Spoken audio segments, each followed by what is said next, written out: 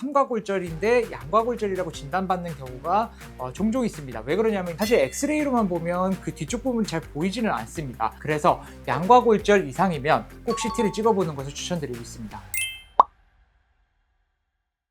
네, 안녕하세요. 뉴민병원 정형외과 원장 민경준입니다.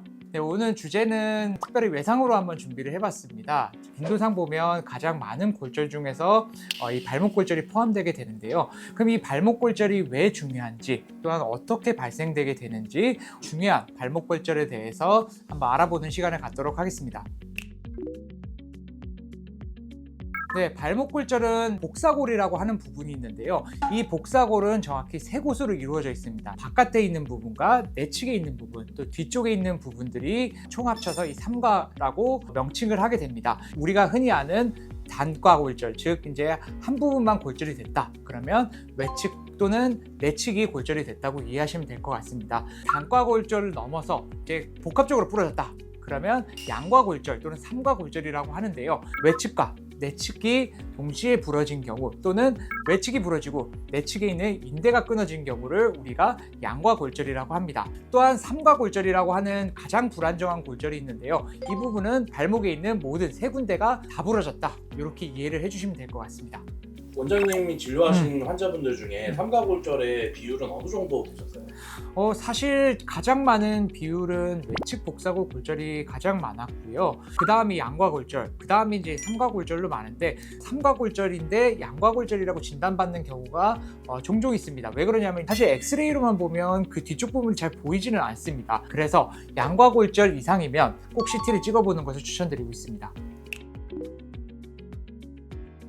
기본적으로 사실 엑스레이는 찍습니다. 하지만 이게 여러 군데가 이제 골절이 의심이 되면 MRI까지 진행을 해봐야 됩니다. 왜 그러냐면 이때는 뼈뿐만 아니라 뼈와 동시에 인대도 같이 나가는 경우가 있습니다. 따라서 CT, 필요하면 MRI까지 같이 진행을 해볼 수도 있습니다. 비수술적 치료를 하는 경우만 말씀을 드리면 될 것 같습니다. 나머지 경우는 다 수술을 해야 된다고 보시면 될 것 같고요. 비수술적인 치료를 할 수 있는 경우는 외측 복사골 골절만 있을 때, 또한 골절이 전이되지 않을 때, 즉 벌어지지 않을 때 비수술적인 치료를 할 수가 있습니다.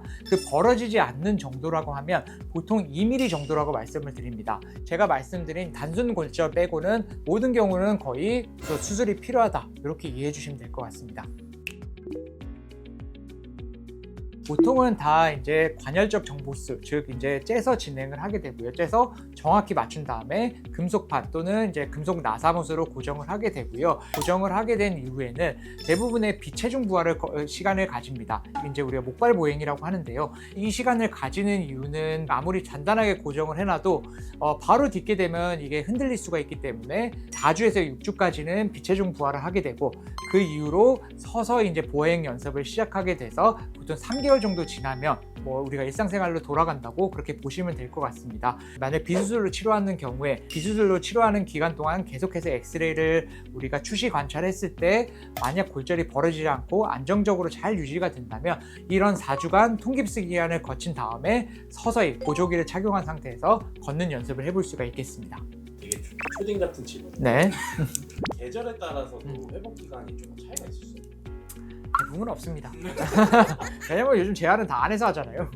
우리가 바깥에서 하는 게 아니기 때문에 겨울에 골절이 되든 여름에 골절이 되든 사실 비슷합니다. 사실 안 넘어지시는 거죠. 안 넘어지시는 게 제일 좋고요.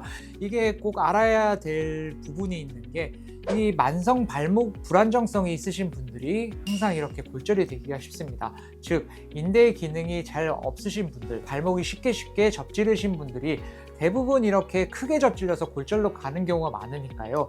이걸 우습게 보지 마시고 꼭 재활이나 수술적 치료를 통해서 강화를 시켜주셔야 됩니다. 그래야지만 나중에 정말 크게 골절이 되는 걸 막을 수 있고, 또한 관절염이 오는 것을 막을 수가 있습니다.